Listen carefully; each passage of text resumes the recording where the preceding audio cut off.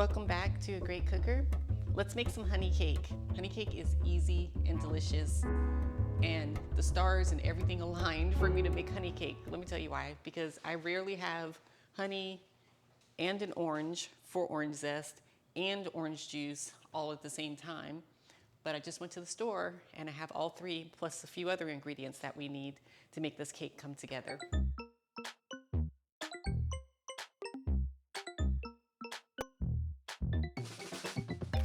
We're going to start with our dry ingredients. You need 2.5 cups of all-purpose flour. In this container, I have 3 teaspoons of baking powder, a half teaspoon of baking soda, and a half teaspoon of salt.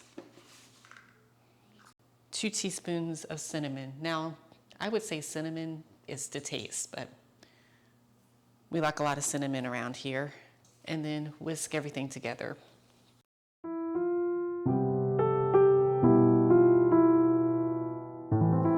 I'm going to set this off to the side for a moment. And now we're going to move on to our wet ingredients. I've already added 2 eggs to this.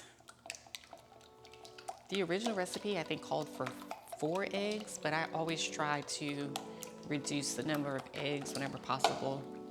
And that reduces the cost of the dish, but it doesn't necessarily reduce the flavor. So I'll go down to as few eggs as I can. You need 1 cup of sugar. This is just white sugar. 1 cup of honey. It's just the least expensive honey at Walmart. 1/2 cup of vegetable oil, or whatever oil you happen to have handy. 1 teaspoon of vanilla. And this is one of the stars of the recipe, 1 cup of orange juice. This is gonna give the honey cake a really delicious flavor. The other star is this lemon zest. This is 2 teaspoons of lemon zest.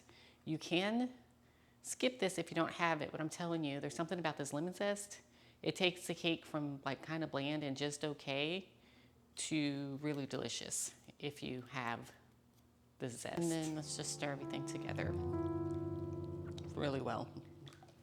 Okay, back to our dry ingredients. We're going to, it's kind of old-fashioned, but the way I was taught to make quick breads is you kind of make a well in the center of the dry ingredients, and then you pour the wet ingredients into it.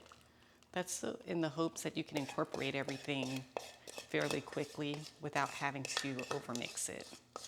And you're gonna stir this just until well blended, just until all the dry is incorporated into the wet. Like so. See that? That's about the consistency that it will be once you mix it all together. You wanna bake this in a 9x13 baking dish. This one I have lined with parchment paper. If you don't have parchment paper, that's okay. You can just grease the bottom of the dish. All right, we're just gonna pour this in. Oh, wow. Could have stirred it a little bit better. Look at that. Got a little more flour showing up. I'm just gonna stir it as I go. Normally you would bake at 350 degrees. Well, it depends on your oven. The recipe says 350, but my oven runs a little hot. So I will either bake this at 325 or 335. And you want to start watching it at around the 25 to 30 minute mark. Once this is a little brown on top and a toothpick comes out clean, comes out of the center clean, you'll know it's cooked all the way. While I slide this cake into the oven, let me tell you that you can eat it the same day, but for whatever reason, it tastes even better the second day.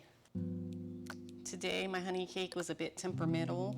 As you can see, it sunk a little bit in the center. But guess what? It's still gonna taste delicious.